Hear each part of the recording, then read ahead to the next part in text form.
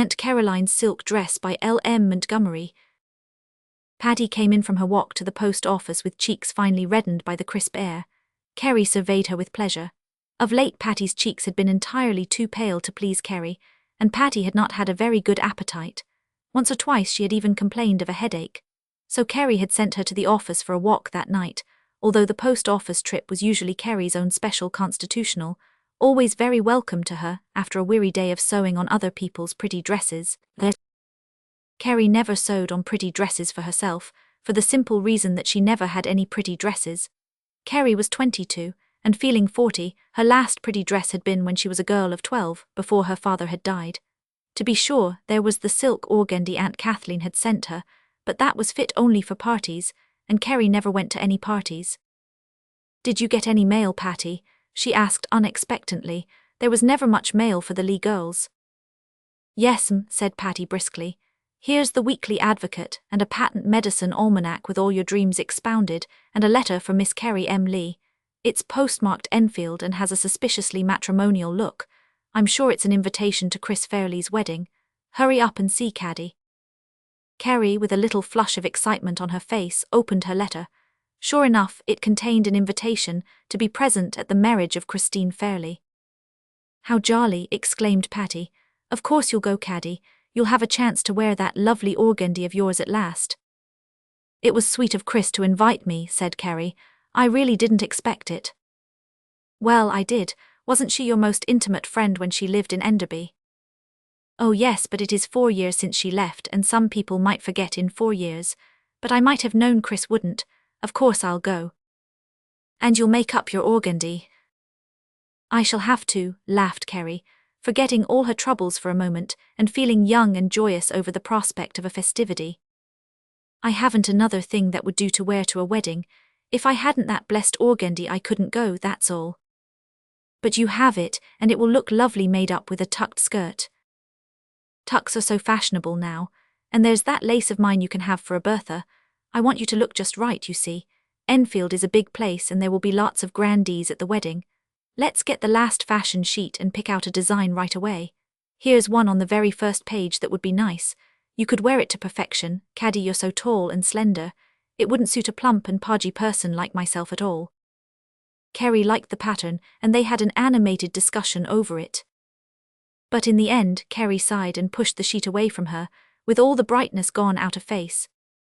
"It's no use, Paddy. I'd forgotten for a few minutes, but it's all come back now.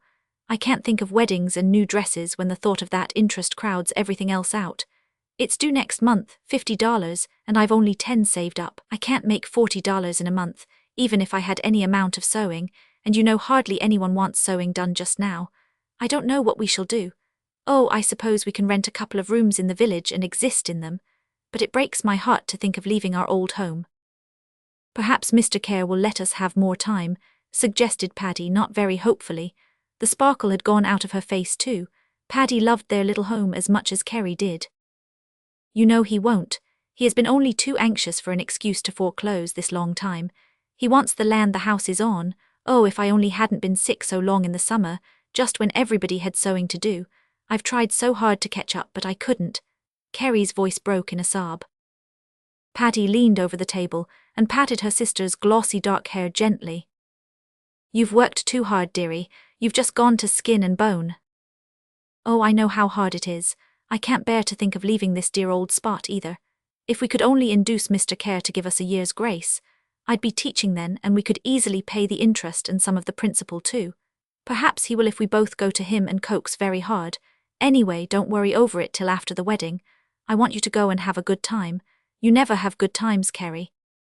"Neither do you," said Carrie rebelliously. "You never have anything that other girls have, Patty, not even pretty clothes." "'Deed, and I've lots of things to be thankful for," said Patty cheerily. "Don't you fret about me. I'm vain enough to think I've got some brains anyway, and I'm a-meaning to do something with them too. Now I think I'll go upstairs and study this evening. It will be warm enough there tonight, and the noise of the machine rather bothers me."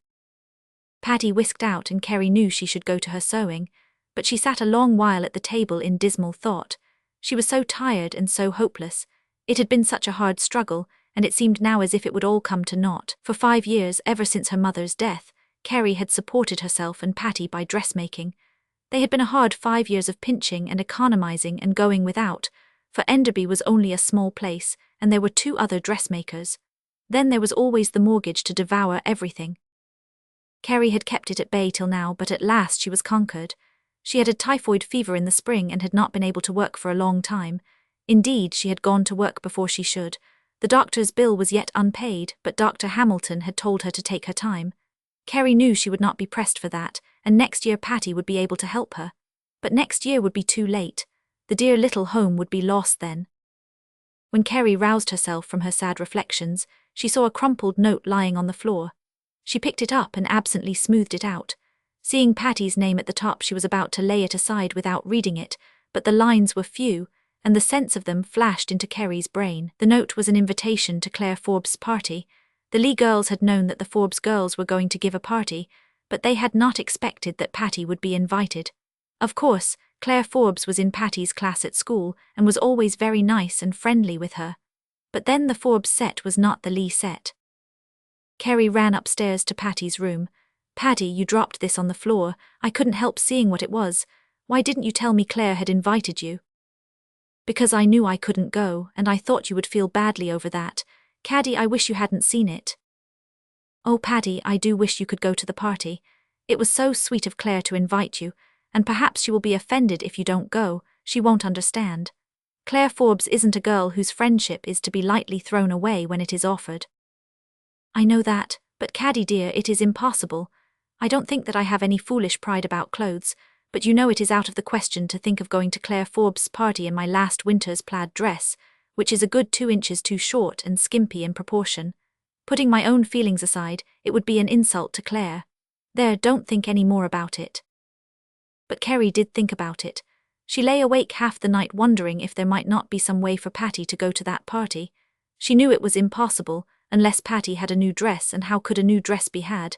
Yet she did so want Patty to go. Patty never had any good times, and she was studying so hard. Then all at once Carrie thought of a way by which Patty might have a new dress. She had been tossing restlessly, but now she lay very still, staring with wide-open eyes at the moonlit window with the big willow boughs branching darkly across it. Yes, it was a way, but could she? Yes, she could, and she would.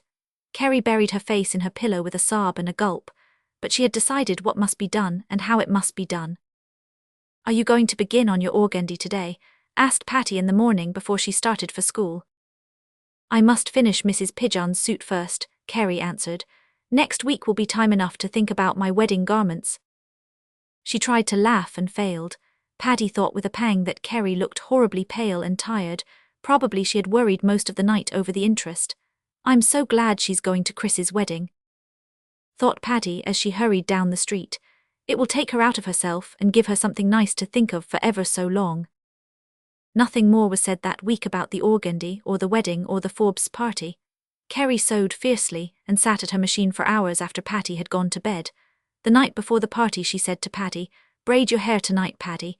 You'll want it nice and wavy to go to the Forbes tomorrow night." Patty thought that Carrie was actually trying to perpetrate a weak joke and endeavoured to laugh, but it was a rather dreary laugh. Patty, after a hard evening's study, felt tired and discouraged, and she was really dreadfully disappointed about the party, although she wouldn't have let Carrie suspect it for the world. "You're going, you know," said Carrie, as serious as a judge, although there was a little twinkle in her eyes. In a faded plaid 2 inches too short, Patty smiled as brightly as possible. "Oh no, I have a dress all ready for you." Carrie opened the wardrobe door and took out the loveliest girlish dress of creamy organdy with pale pink roses scattered over it, made with the daintiest of ruffles and tucks, with a bertha of soft creamy lace and a girdle of white silk. "This is for you," said Carrie. Patty gazed at the dress with horror-stricken eyes. "Caroline Lee, that is your organdy, and you've gone and made it up for me." "Carrie Lee, what are you going to wear to the wedding?" "Nothing, I'm not going." "You are, you must, you shall. I won't take the organdy." "You'll have to now because it's made to fit you. Come, Patty dear, I've set my heart on your going to that party. You mustn't disappoint me, you can't, for what good would it do? I can never wear the dress now." Patty realized that. She knew she might as well go to the party, but she did not feel much pleasure in the prospect. Nevertheless, when she was ready for it the next evening, she couldn't help a little thrill of delight. The dress was so pretty and dainty and becoming. "You look sweet," exclaimed Kerry admiringly. "There, I hear the Brown's carriage. Paddy, I want you to promise me this, that you'll not let any thought of me or my not going to the wedding spoil your enjoyment this evening. I gave you the dress that you might have a good time, so don't make my gift of no effect." "I'll try," promised Patty, flying downstairs, where her next-door neighbors were waiting for her.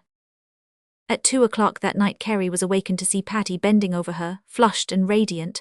Kerry sat sleepily up. "I hope you had a good time," she said. I had, but I didn't waken you out of your hard-earned slumbers at this wee sma' hour to tell you that. Kerry, I've thought of a way for you to go to the wedding. It just came to me at supper." Mrs. Forbes was sitting opposite to me, and her dress suggested it. "You must make over Aunt Caroline's silk dress." "Nonsense," said Kerry a little crossly. "Even sweet-tempered people are sometimes cross when they are wakened up for, as it seemed, nothing. It's good plain sense. Of course you must make it over and—" "Patty Lee, you're crazy. I wouldn't dream of wearing that hideous thing. Bright green silk, with huge yellow brocade flowers as big as cabbages all over it. I think I see myself in it." "Caddy, listen to me. You know there's enough of that black lace of Mother's for the waist, and the big black lace shawl of Grandmother Lee's will do for the skirt. Make it over." "A plain slip of the silk," gasped Kerry, her quick brain seizing on all the possibilities of the plan. "Why didn't I think of it before? It will be just the thing. The greens and yellow will be toned down to a nice shimmer under the black lace. And I'll make cuffs of black velvet with double puffs above, and just cut out a wee bit at the throat with a frill of lace and a band of black velvet ribbon around my neck. Patty Lee, it's an inspiration." Kerry was out of bed by daylight the next morning, and while Patty still slumbered, she mounted to the garret, and took Aunt Caroline's silk dress from the chest where it had lain forgotten for 3 years. Kerry held it up at arm's length and looked at it with amusement. "It is certainly ugly, but with the lace over it will look very different. There's enough of it anyway, and that skirt is stiff enough to stand alone. Poor Aunt Caroline, I'm afraid I wasn't particularly grateful for her gift at the time, but I really am now." Aunt Caroline, who had given the dress to Kerry 3 years before, was an old lady of 80, the aunt of Kerry's father. She had once possessed a snug farm, but in an evil hour she had been persuaded to deed it to her nephew, Edward Curry, whom she had brought up. Poor Aunt Caroline had lived to regret this step, for everyone in Enderby knew that Edward Curry and his wife had repaid her with ingratitude and greed. Kerry, who was named for her, was her favourite grandniece and often went to see her, though such visits were coldly received by the Currys, who always took especial care never to leave Aunt Caroline alone with any of her relatives. On one occasion when Kerry was there, Aunt Caroline had brought out this silk dress. "I'm going to give this to you, Kerry," she said timidly. "It's a good silk and not so very old. Mr. Greenley gave it to me for a birthday present 15 years ago. Maybe you can make it over for yourself." Mrs. Edward, who was on duty at the time, sniffed disagreeably, but she said nothing. The dress was of no value in her eyes, for the pattern was so ugly and old-fashioned that none of her smart daughters would have worn it. Had it been otherwise, Aunt Caroline would probably not have been allowed to give it away. Kerry had thanked Aunt Caroline sincerely. If she did not care much for the silk, she at least prized the kindly motive behind the gift. Perhaps she and Patty laughed a little over it as they packed it away in the garret. It was so very ugly, but Kerry thought it was sweet of Aunt Caroline to have given her something. Poor old Aunt Caroline had died soon after, and Kerry had not thought about the silk dress again. She had too many other things to think of, this poor worried Kerry. After breakfast, Kerry began to rip the skirt breadths apart. Snip, snip went her scissors, while her thoughts roamed far afield, now looking forward with renewed pleasure to Christine's wedding, now dwelling dolefully on the mortgage. Paddy, who was washing the dishes, knew just what her thoughts were by the light and shadow on her expressive face. "Why, what?" exclaimed Kerry suddenly. Paddy wheeled about to see Kerry staring at the silk dress like one bewitched. Between the silk and the lining which she had just ripped apart was a $20 bill, and beside it a sheet of letter paper covered with writing in a cramped angular hand, both secured very carefully to the silk. "Kerry Lee," gasped Paddy. With trembling fingers Kerry snipped away the stitches that held the letter, and read it aloud. "My dear Caroline," it ran, "I do not know when you will find this letter and this money, but when you do it belongs to you. I have $100 which I always meant to give you because you were named for me. But Edward and his wife do not know I have it, and I don't want them to find out. They would not let me give it to you if they knew, so I have thought of this way of getting it to you. I have sewed 5 $20 bills under the lining of this skirt, and they are all yours with your Aunt Caroline's best love. You were always a good girl, Carrie, and you've worked hard, and I've given Edward enough. Just take this money and use it as you like. Aunt Caroline Greenlee. Carrie Lee, are we both dreaming? Gasped Patty. With crimson cheeks, Carrie ripped the other breadths apart, and there were the other 4 bills. Then she slipped down in a little heap on the sofa cushions and began to cry, happy tears of relief and gladness. We can pay the interest, said Patty, dancing around the room, and get yourself a nice new dress for the wedding. Indeed I won't, said Carrie, sitting up and laughing through her tears. I'll make over this dress and wear it out of gratitude to the memory of dear Aunt Caroline.